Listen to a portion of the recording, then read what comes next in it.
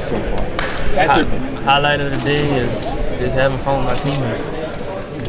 Just showing our personality. How excited are you for your first NBA practice tomorrow? Will there be butterflies? Will you sleep a little bit tonight? Yeah, I'll be asleep. Just practice. It'd be fun to get up and down with my teammates though, and a little more organized kind of practice, other than just pick up.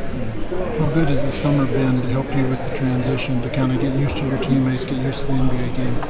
It's been good. Summer league was big for me, and like I said, just getting up and down with my teammates in this little period before training camp has been good too.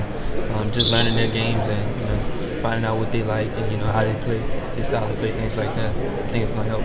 Victor had mentioned that the two of you, neither one of you were all that heavily recruited coming out of high school. Does that feeling of being overlooked a few years ago fuel both of you, and to what extent? It definitely fuels us. Just proving people wrong. I don't know to what extent, but it definitely adds to the fire. Jock's talked about he wants this bunch to play up-tempo basketball. He wants to be a defensive-minded thing. That seems to fit your personality, Victor's personality. Do you see the athleticism and the youth to be able to play that way? Yeah, definitely. We're all young, still got some young legs, so I think that's going to be beneficial to us.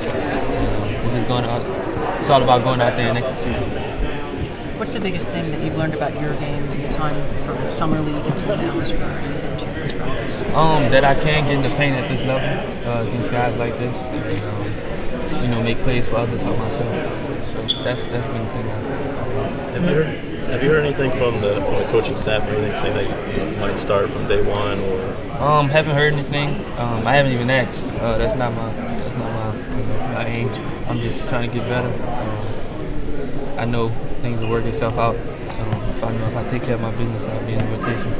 Aaron was just saying that it seems like you've learned to play with different gears, like not 1,000% all the time. Slow it back and then speed it up. That's kind of been a learning process for you. Is that something you've picked up, how to turn it on every now and then? Yeah, definitely. You got to be able to pick your spots in this game. Somebody taught me that a lot, and it's just an ongoing process. Just keep getting better at it. What do you think will be the biggest transition? Vets are going to go at you and challenge you and knock you down from time to time. What's going to be the biggest transition? I think the biggest transition is just the 82 games. Coming from college, want to play about 35, 40 games. Just the overall travel, taking care of your body, things like that. You've drawn a lot of comparisons to Rajon Rondo. How do you feel about being compared to? It's great to be compared to somebody like that. Obviously, he has a ring, which is important in this game. But I still got to go out there and play. So it's cool, but I still got to take care of my business on the floor. Be Elfrid Payton. You got any well wishes from family and friends, home, former teammates? Did you gear up for this? What, just saying text messages? Oh yeah. A lot of family, friends, old teammates. Wish you good luck and things like that. Nothing negative. Everybody's pretty positive, and it's always good. How many people try and give you advice, and what's the best advice you've gotten? Everybody tries to give you advice, but I don't know. I guess the best advice is just stay the course, continue to work hard. Do what's got you here. Which is hard work, and it's not gonna come overnight. Things like that. Given your father's history, did you play any football growing up, and if so, what position? I did play football growing up. I played receiver. I played corner a little bit. When I was even younger, I played a little defensive end. I played a lot of different positions. But basketball was always your number one love?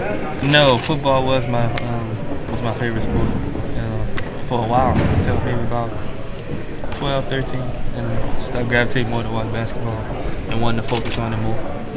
So you stopped playing football in junior high? Yeah, around that time, 2006, Hurricane.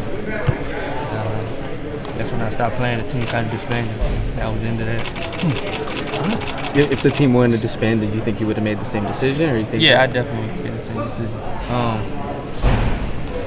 I just kind of fell in love with the game one more each year and decided to focus on it more. So did you have to move from one area or just to a different high school because of the hurricane? Or? No, I didn't have to move to another high school. We just, moved to Dallas for a little while, maybe like a month or two, until the city was able to get back up and running, things like that. Elfrid, I know over the summer you guys spend a lot of time together off the court. I saw you guys at the soccer game and things like that. Yeah. How much is that chemistry that you guys are building off the court going to be able to translate on the court? I think it's gonna help us a lot. Playing with people that you like, I think it makes it a little bit easier. That's your friend, so you don't want to let your friend down. So I think it can't help us but to translate to the court. How would you describe Victor Oladipo as a leader? I mean, he's only been in the league for years. Still, he has some experience, but he's still kind of that guy. I think he's a pretty good leader. He was able to talk to us and help us out a lot in summer league and continue to give us positive feedback, things like that. I think he's a pretty good leader. Is everyone good? Okay, thank you. Thanks.